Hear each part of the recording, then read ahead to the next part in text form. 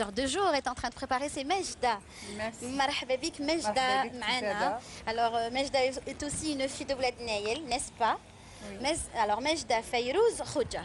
Oui, voilà, c'est ça. Marhaba bik معنا. Alors rapidement, vous pouvez nous présenter les plats traditionnels de la région. هذا الأكلات traditionnelles تاع بلادنا الجلفة ولاد نايل. الكوتي هذا سي سالي والكوتي هذا سي سكري. Oui. Alors هذا المردود ديالنا. هذا المردود كي تاع القواط ولا il est différent? Il est différent. Oui. Il est différent. هذا الكسكس تاعنا طعام باللحم وخضره. غنمي توجور. غلمي بيان سور. توجور لازم لا حمراء. حمراء. احنا معروفين بالمرقه الحمراء. المرقه الحمراء. الله يبارك. هذا المطلوع. وي. هذه الخبزه تاع الرقده. هذه الخبزه تاع القمح، الرقده مخدومه بالشعير. داكور. وهذه القمح مخدومه بيان سور بالقمح. هذا مسمن تاع الطاجين. ما فيه والو لداخل. ما في ريان دي تو.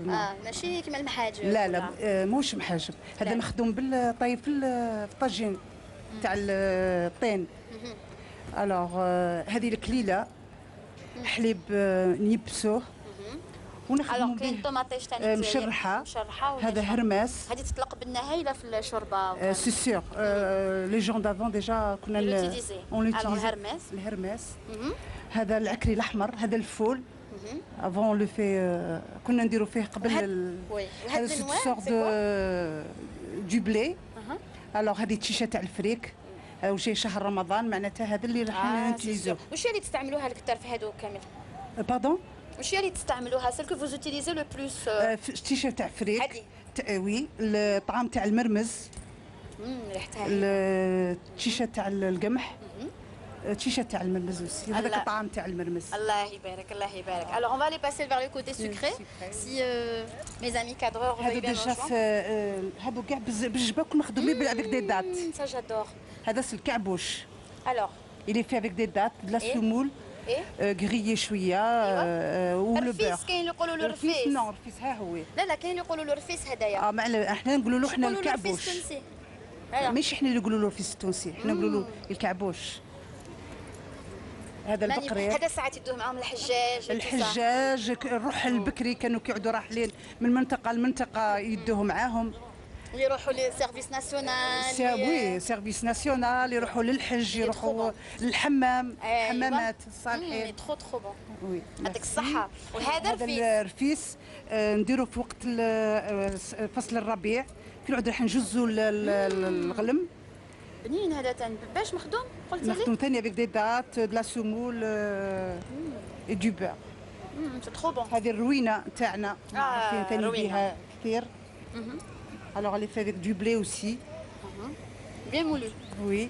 اي سا سي كوا؟ وهذا الرب هذايا الرب والزبده. ناكلوه بالخبز بالمطلوع.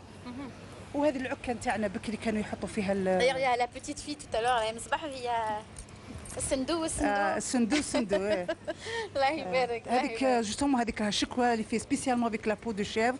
هذيك اللي ناخذوا بها الحليب ونطلعوا بها الزبده ونديروا بها هذه الاطباق النايليه، اطباق تراديسيونيل دو لا فيل دو جلفة دو ولاد نايل. ميرسي بوكو Mejda. Vous avez une école de couture ou non?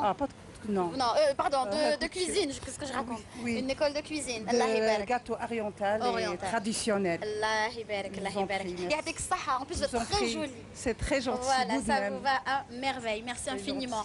Et bien sûr, comme je vous l'avais promis, donc je vais vous inviter bien sûr avec nos chers artisans à venir nous rejoindre tous autour de ce délicieux méchoui. Alors peut-être un dernier mot avec vous, Monsieur Hamrouch Abdelkader, avec nos invités.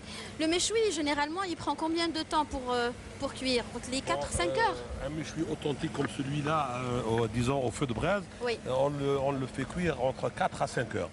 Parce que c'est un petit méchoui de 12 kilos, donc ce sont les meilleurs méchouis, donc à 12 kilos ils sont bons, donc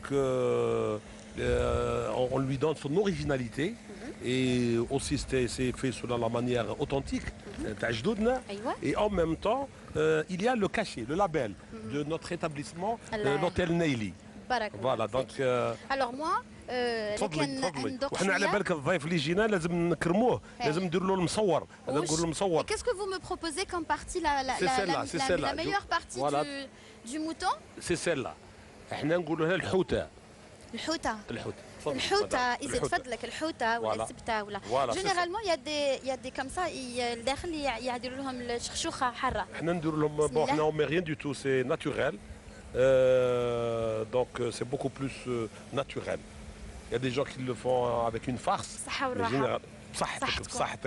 Moi, je tiens à vous remercier aussi, surtout, d'avoir choisi la dernière émission pour notre wilaya de Djelfa. Ça, vraiment, ça nous a fait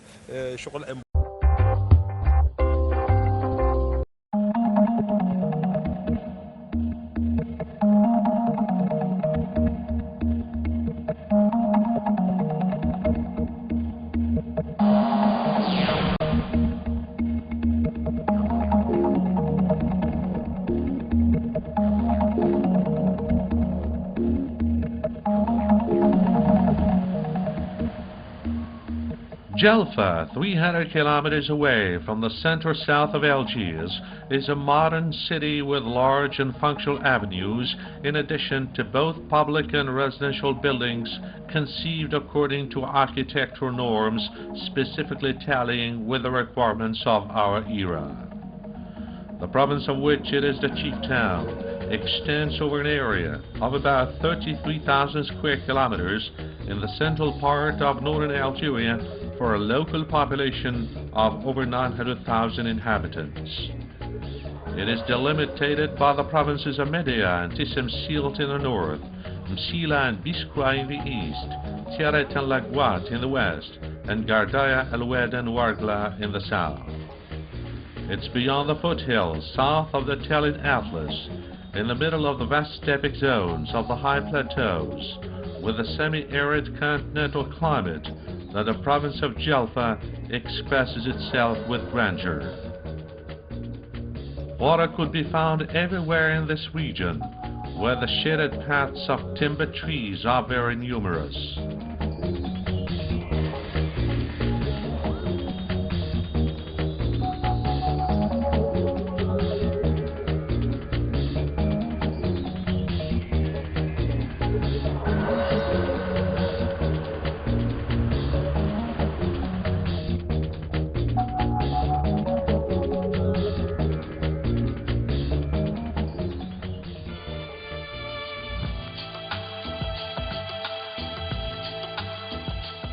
The steppe is, however, not too far away, and thrusts itself onto us with its wide plains as far as the eye can see, where the sheep and the camel hold sway.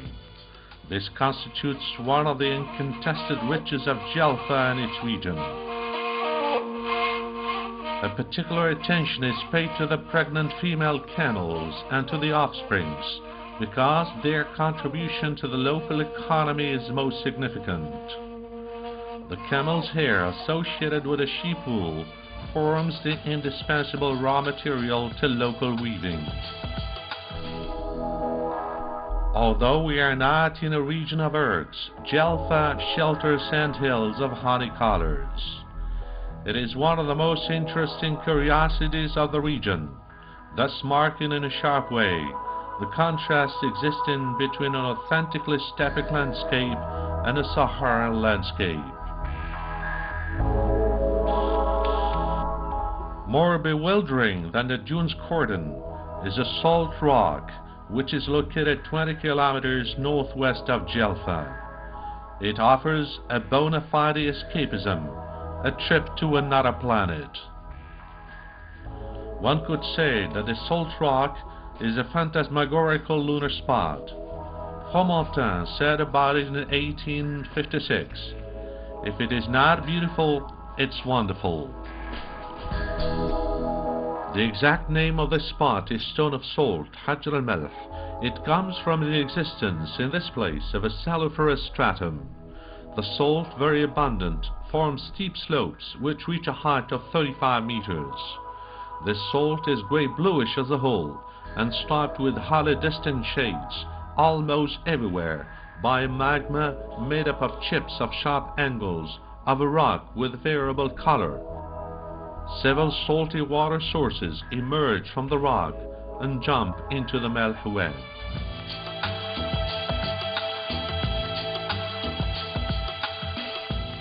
The most obvious proof is the development of the forest of Djelfa, with varieties of trees ranging from the alpine, the juniper tree to the green oak. The alpine tree is the dominant species. It forms plantations more or less regrouped, essentially in the forests of Sinal Barabi and Sinal Bashiri. This is an ecotype of the Saharan Atlas, with a robust plantation on a chalky soil and a high quantity of bark and resin.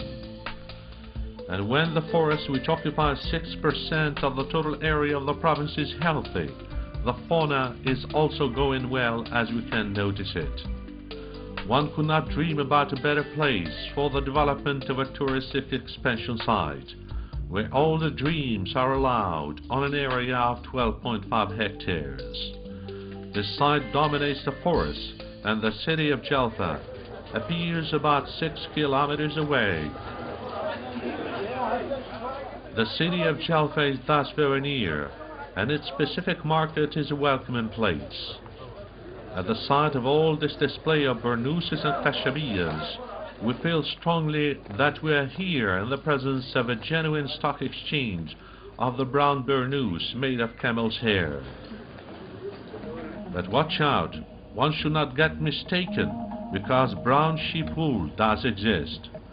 Thus, the connoisseurs know well that the burnous of camel's hair is much more lighter than that made of wool. It should be understood that the wool is also part, in addition to camel's hair, of the privileged material for the local handicraft, notably the weaving of carpets with sparkling colors. This is chiefly a female work, which consists in the carding of the wool before its preparation for the weaving work. The men are not satisfied with playing as commercial managers in the markets where the women are absent, but they effectively take part in the finishing touches thanks to minute gestures repeated thousands of times and passed on from generation to generation for several centuries up to the present day.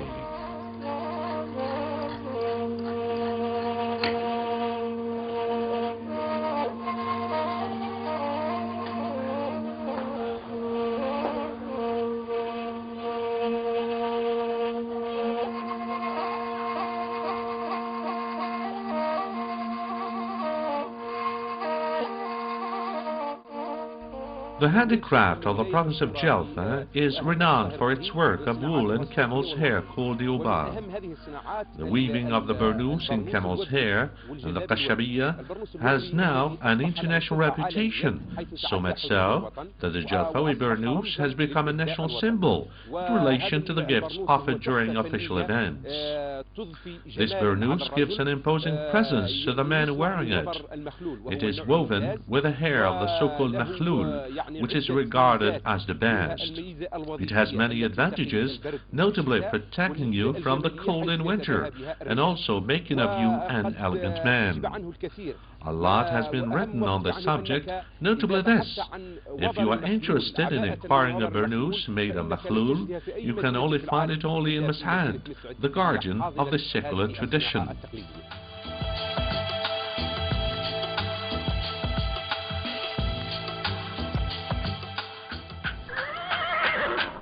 Like the camel, the horse holds an important place in the life of the region. Thus, the breeding of the Barb horse, authentically Maghrebian, rustic, robust, and speedy, has always been the subject of particular care. It should be noted by the same token that this horse was the horse of the Numids and their chief Massinissa during the antiquity. The Arab horse is not to be left out, and the combination of the two horses gives us the consecration of the Arab Barb horse. The Haras of Djelfa gives us the salient evidence about it every day. Horse racers on the Sidi Nail racing course of Djelfa are among the most interesting in the whole country.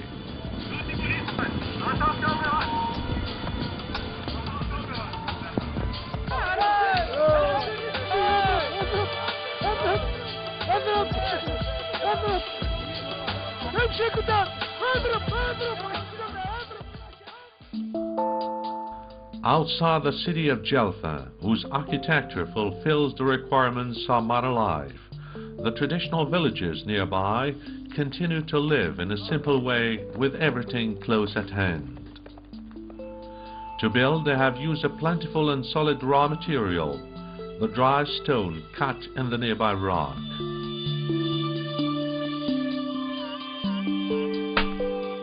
The garden is around the village and provides fresh vegetables and cereals required for everyday life. We find there great serenity, and one feels like resting for a while in this place.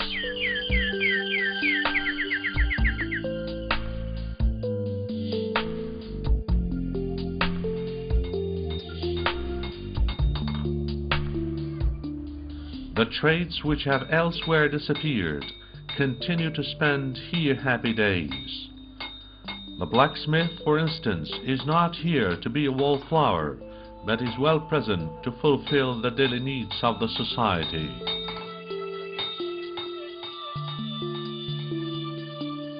Leather work also finds outlets and is going strong. The raw material is available between caprine, sheep and camels. The traditional leather work has thus not ceased, and the shoes sewn by the hand, proposed by the shoemakers, are very comfortable. The shoes were essentially destined to the nomads. Nowadays, all the visitors of the region hope to acquire this kind of shoes.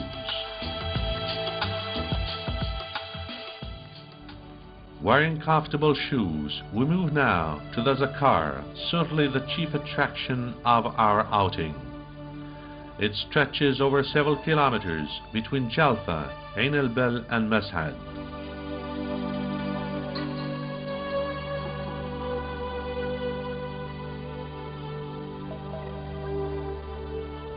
We find here a concentration of manifold rock drawings and rock engravings.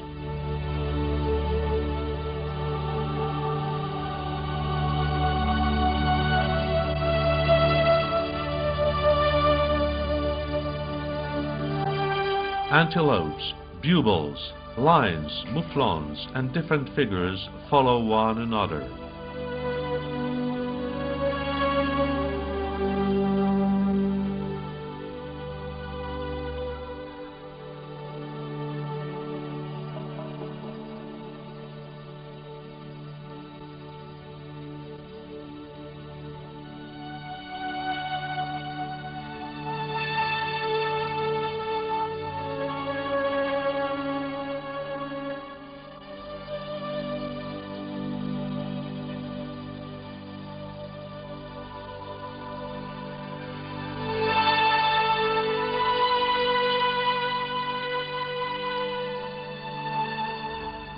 At Ain Nagao, source of the female camel, we find rocks under the form of spacious pits engraved with ancient buffaloes.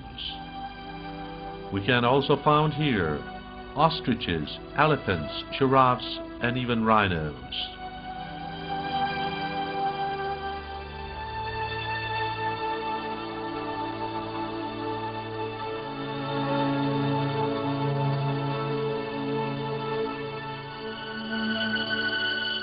The forest of Djelfa, despite being endowed with a microclimate, does not seem to be large enough to welcome these pachyderms. The famous couple represented on one of the walls is named by the local legend as the Shy Lovers. If the ostrich and the mouflon succeeded in getting adapted to a more arid environment, the elephant and the giraffe had to flee towards luxuriant regions. The man, 120 centimeters high, has a sub-rectangular body. His head presents a Europoid profile with a protruding and pointed nose. The woman, for her part, who is facing him, offers a less pronounced profile. The forehead is high, and the hair is plentiful. All these characters are Europoids. This is evidence of the artistic level of prehistoric men. Let's see now what is going on in the Mashhad area during this outing, punctuated at every turn by the presence of the sheep, which profits at every moment of the least grassy plot of land. Mas'ad is first of all a major village at 780 meters of altitude, surrounded by gardens and by palm grove, irrigated by the Demed Wed.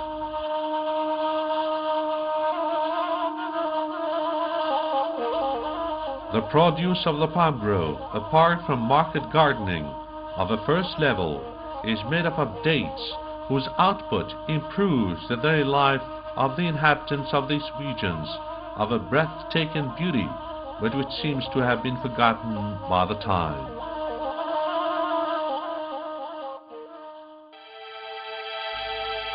Time now is for contemplation in a peaceful moment. It is not for nothing that a lot of people of the region are poets. It's a real magical moment which could be shared by all the visitors. After a lengthy day spent in the heart of the Neolithic, the night caught us unawares upon our comeback to Djelfa. Djelfa by night, it is not bad at all. Finally, we arrive at the hot springs. The water oozes from everywhere. The hot springs identified in the province of Djelfa are those of Hammam Sharif and El Misran, with truly therapeutic virtues in pneumology, ear, mouth and throat disease, liver and digestive ailments. In this field, there is a matter for development in infinite spaces.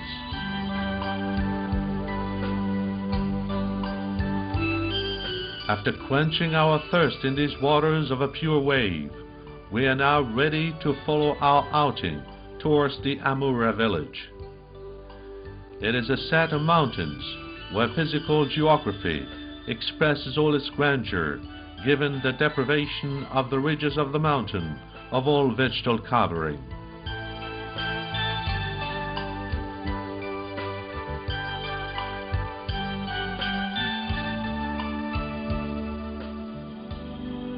We are already in the south of Djelfa, and life is concentrated in the talwegs, or the hollows. The work of rain erosion has thus shaped the nature to give us these fabulous cuesta of coast relief. The infiltration of waters has favored patiently the presence of chalky depots to make of this place across the ages an exceptional maze.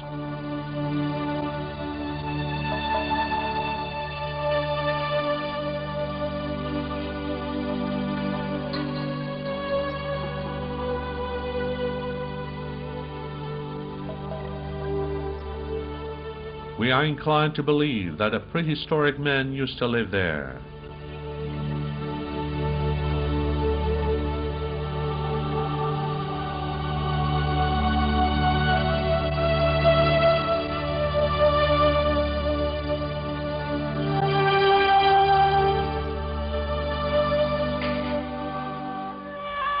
Likewise, the men of today, still living in the village of Amoura, dominating it, and where residual and peaceful life seems to have settled down forever and evermore.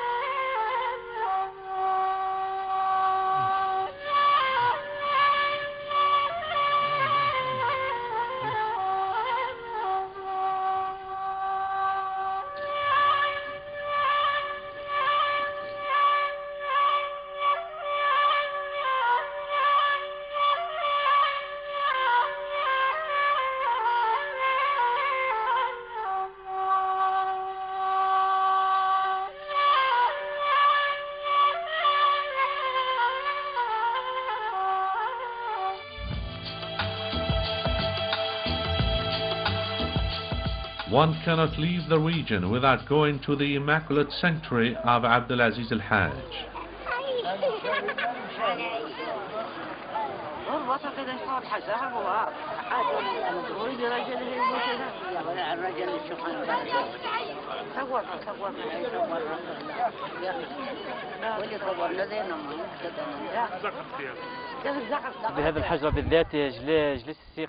Abdulaziz is a pious man like others found everywhere. He decides, together with his friends, to accomplish the holy pilgrimage to Mecca, like every Muslim is required to accomplish. He gathers the amount of money necessary for the travel. But hereupon, he notices around him that there was a lot of misery. He then decides to devote the money of the pilgrimage to charity actions and cancels his travel. On their return from the pilgrimage, his companions who effectively went to Mecca swear having seen him in the flesh, from which one concludes that a miracle took place. Since that day, Abdulaziz has become Abdulaziz al-Hajj, and a wa'da, or generous meal, is offered in his village, bringing together people hailing from different horizons. This favors the encounters and the exchanges with the barakah or grace of the Sheikh.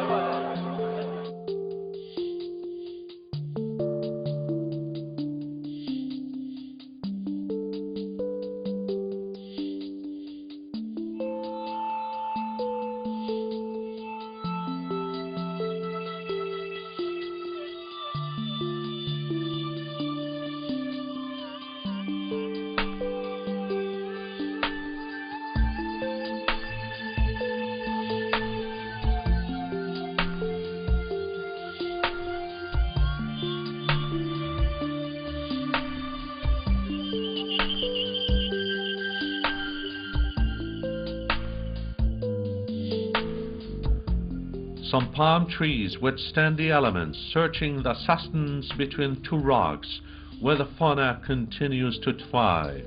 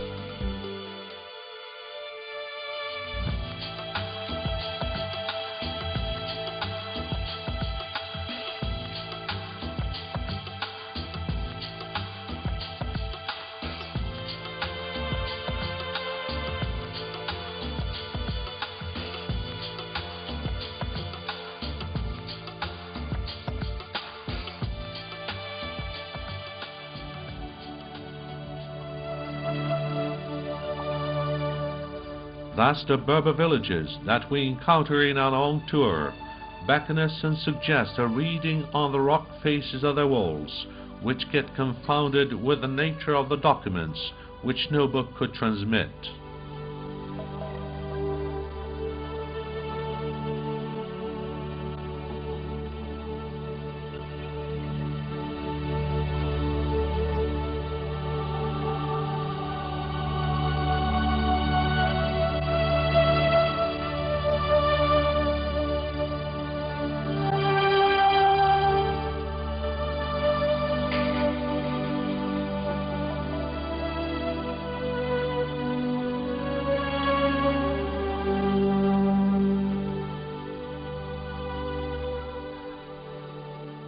We should not forget to talk about the khayma or typical tent of the Wilad Nail. This house, which moves about with the free movement of the nomads, according to the wealth of pastures. This khayma, red and black, the symbol of the wilad Nail, is named Beit al-Hamra. It can house 5 to 10 people.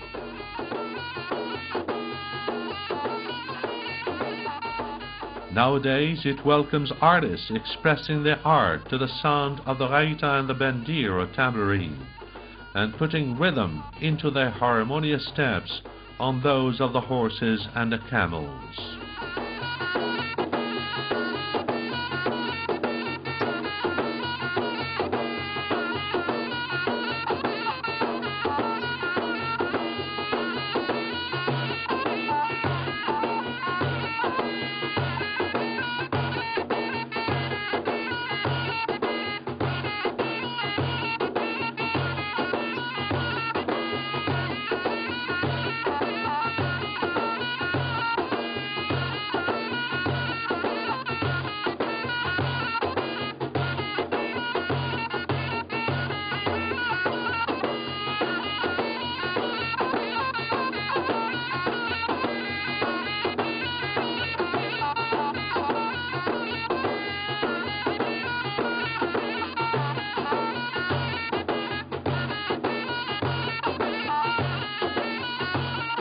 The province of Djelfa, this authentic region, with its strategic geographical situation, delimited by 9 provinces, its natural beauty, its archaeological and phonistic wealth, its most reliable road network, and taking advantage of second-to-none and privileged spaces, is waiting for you wholeheartedly.